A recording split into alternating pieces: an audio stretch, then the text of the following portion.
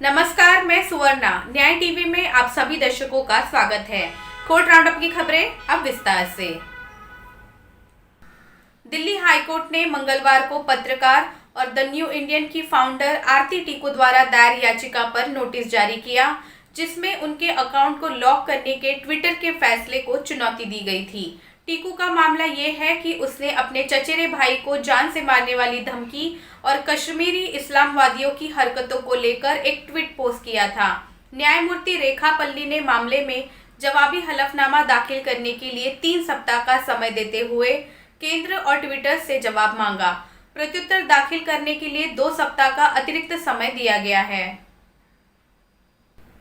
ये ध्यान दिया जा सकता है कि एचएम अधिनियम की धारा 13 आईबी में परित्याग को तलाक के आधार के रूप में रखा गया है, क्योंकि ये अनिवार्य रूप से एक पति या पत्नी को पत्नी या पति द्वारा निरंतर अवधि 2 साल से कम नहीं के लिए छोड़ देने के आधार पर विवाह के विघटन के बारे में बताता है। संक्षेप में मामला, अपीलकर्ता पति और प्रतिवादी पत्नी की शादी 8 जुलाई 2010 को हुई थी और वे 19 जुलाई 2010 तक लगभग 11 दिनों तक साथ रहे।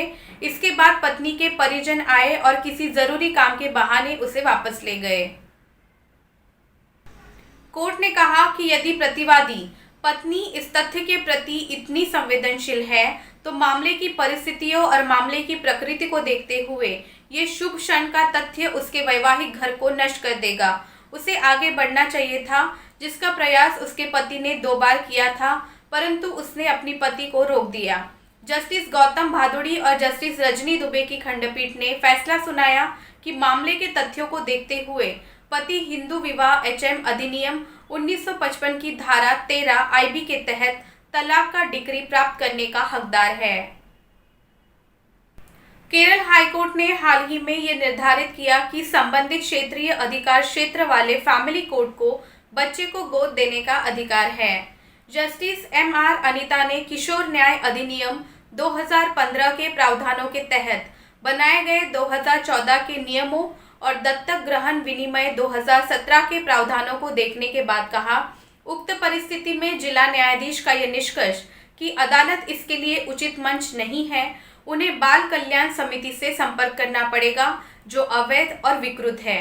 वर्षों से बांझपन का इलाज करवाने के बावजूद अपीलकर्ता दंपति निसंतान है। डॉक्टरों ने पुष्टि की कि उनके लिए जैविक माता पिता बनना संभव नहीं होगा। दूसरे अपीलकर्ता को गर्भाशय हटाने की सर्जरी से गुजरना पड़ा।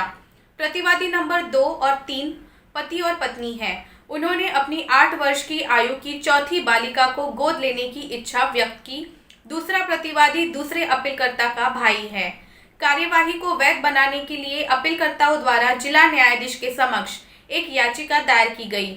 हालांकि इसे इस आधार पर खारिज कर दिया गया कि अदालत के पास गोद देने के मुद्दे पर विचार करने या निर्णय लेने का कोई अधिकार क्षेत्र नहीं है और पक्षकारों को बाल कल्याण समिति से संपर्क करना पड़ा। इसे चुनौती देते हुए दोनों पक्षों ने हाईकोर्ट का रुख किया। मुंबई की एक सत्र अदालत ने मुंबई के वकील इंदरपाल सिंह की अग्रिम जमानत याचिका खारिज कर दी, जो हाईकोर्ट के साथ साथ सत्र न्यायालय के समक्ष महाराष्ट्र के पूर्व गृह मंत्री अनिल देशमुख की ओर से पेश हो रहे हैं। सिंह पर राष्ट्रवादी कांग्रेस पार्टी एनसीपी की एक महिला सदस्य का शीलभंग करने का आरोप है। महिला पार्टी के उत्तर मुंबई की पूर्व जिला अध्यक्ष है। सिंह के खिलाफ भारतीय दंड संहिता की धारा 354, महिला की शीलभंग करने के लिए हमला, 509 शीलभंग करने के लिए शब्द और 34 सामान्य इरादा और सूचना प्रौद्योगिकी अधिनियम की धारा 67 इलेक्ट्रॉनिक रूप में अश्लील सामग्री को प्रसारित या प्रकाशित करने की सजा के तहत मामला दर्ज किया गया है। दिल्ली कोर्ट ने 2020 में राष्ट्रीय राजधानी में हुए उत्तर पूर्वी दिल्ली दंगों से संबंधित एक मामले में 6 लोगों को डिस्चार्ज किया। अतिरिक्त सत्र न्यायाधीश अमिताभ रावत ने देखा कि आरोपियों के खिलाफ एकमात्र आपत्तिजनक सामग्री उनकी गिरफ्तारी के परिणाम स्वरूप उनके द्वारा दिए गए बयान है। कोर्ट ने कहा कि इस तरह के बयानों का कानून की नज़र में कोई महत्व नहीं है। कोर्ट ने आमिर, सद्दाम, मोहम्मद शेख, रईस, आमिर, अकरम और वसीम को आईपीसी की धारा 149, 147, 148, 427, 436 के तहत दर्ज मामले में डिस्चार्ज किया। गुवाहाटी हाईकोर्ट ने हाल ही में एक विदेशी ट्रिब्यूनल के आदेश को रद्द कर दिया। ट्रिब्यूनल ने एक हिंदू व्यक्ति को विदेशी घोषित किया था।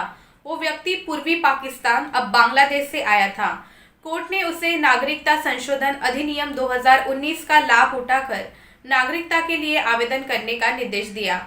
न्यायमूर्ति एन कोटेश्वर सिंह और न्यायमूर्ति माला श्रीनंदी की खंडपीठ ने यह आदेश पारित किया, जो बबलू पॉल की याचिका पर सुनवाई कर रहे थे, जिन्होंने विदेशी ट्रिब्यूनल 2 के विदेशी घोषित करने के 2017 के आदेश को चुनौती देते हुए अदालत का रुख किया था। कर्नाटक हाईकोर्ट ने निचली अदालत के 2016 के उस आदेश को बरकरार रखा है, जिसके तहत उसने बलात्कार के एक मामले में आरोपी श्री रामचंद्रपुरा मठ के पुजारी राघवेश्वर भारती श्री स्वामी जी को आरोप मुक्त या बरी कर दिया था। जस्टिस वी श्रीशानंद ने कहा कि इस मामले में आरोप पत्र अधिकृत व्यक्ति द्वारा दायर नहीं किया गया था।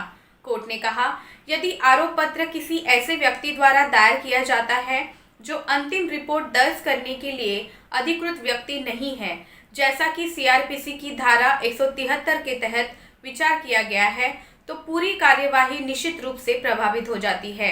नतीजतन उक्त आरोप पत्र के अनुसरण में आगे की कार्यवाही गैर स्थायी घोषित की जाएगी। सेशन कोर्ट ने हरियाणा के गुड़गांव में एक घरेलू कामगार के साथ दुर्व्यवहार के एक मामले में पीड़िता द्वारा दायर एक आवेदन को स्वीकार कर लिया। इसमें आरोपी के खिलाफ तस्करी का अतिरिक्त आरोप तय करने की मांग की गई थी। मामला तब सुर्खियों में आया जब 2015 में एक युवा महिला घरेलू कामगार को गुड़गांव पुलिस ने अपने नियोक्ताओं के घर में बेहोशी की हालत में पाया था। आरोपी दंपति पर शुरू में गलत तरीके से बंधक बनाने, गैर कानूनी अनिवार्य श्रम, स्वेच्छा से चोट पहुंचाने, आपराधिक धमकी, एक किशोर के साथ क्रूरता, किशोर के शोषण और अनुसूचित जाति या अनुसूचित जनजाति के सदस्यों के खिलाफ अपराध करने का आरोप लगाया गया। इलाहाबाद हाईकोर्ट ने सोमवार को कहा कि एक गंभीर कोविड-19 में बढ़ोतरी के बावजूद न्यायिक कार्य को कई अन्य गंभीर मामलों की तरह बंद नहीं किया जा सकता। हाईकोर्ट ने ये टिप्पणी एक दीवानी मुकदमे की प्रगति पर मथुरा कोर्ट के संबंधित न्यायाधीश के मामले में तारीखें तय करने पर निराशा व्यक्त करते हुए की। जस्टिस जे मुनीर की खंडपीठ ने आगे टिप्पणी की कि कुछ समय के लिए कोविड-19 महामारी बार बार होने वाली बीमारी है। इसका मतलब ये नहीं कि न्यायालयों का कामकाज रुक जाना चाहिए। अदालत ने कहा, न्यायालय को न्याय प्रदान करने के लिए आवश्यक तरीकों और साधनों को अपनाने और अपनाकर अपने कर्तव्यों का पालन करना चाहिए और निर्वहन करना चाहिए। कोविड-19 जैसी एक गंभीर महामारी के दौरान न्यायिक कार्यों को राज्य के कई अन्य महत्वपूर्ण कार्यों की तरह किया जा सकता है, लेकिन कोविड-19 के कारण न्याय प्रणाली को बंद नहीं किया जा सकता। हाईकोर्ट ने मथुरा न्यायालय के समक्ष लंबित एक दीवानी मुकदमे की प्रगति में देरी के संबंध में जारी इस न्यायालय के आदेशों के अनुपालन में सिविल न्यायाधीश वरिष्ठ डिवीजन मथुरा द्वारा प्रस्तुत एक रिपोर्ट पर विचार करते हुए ये टिप्पणी की। छत्तीसगढ़ हाईकोर्ट ने हाल ही में एक पति के पक्ष में तलाक की डिक्री देते हुए कहा है कि ये एक परित्याग का मामला है, क्योंकि उसकी पत्नी ने वैवाहिक घर वापस लौटने के शुभ मुहूर्त की आड़ में 10 वर्ष तक अपने मायके में रहना जारी रखा और ससुराल वापस आने से इनकार कर दिया। हाईकोर्ट ने पति की तरफ से दायर उस अपील को स्वीकार कर लिया है जो उसने फैमिली कोर्ट के आदेश के खिलाफ दायर की थी। फैमिली कोर्ट ने उसे तलाक की डिक्री देने से इनकार कर दिया था। फिलहाल बस इतना ही। अन्य खबरों के लिए जुड़े रहिए न्याय टीवी के साथ। नमस्कार।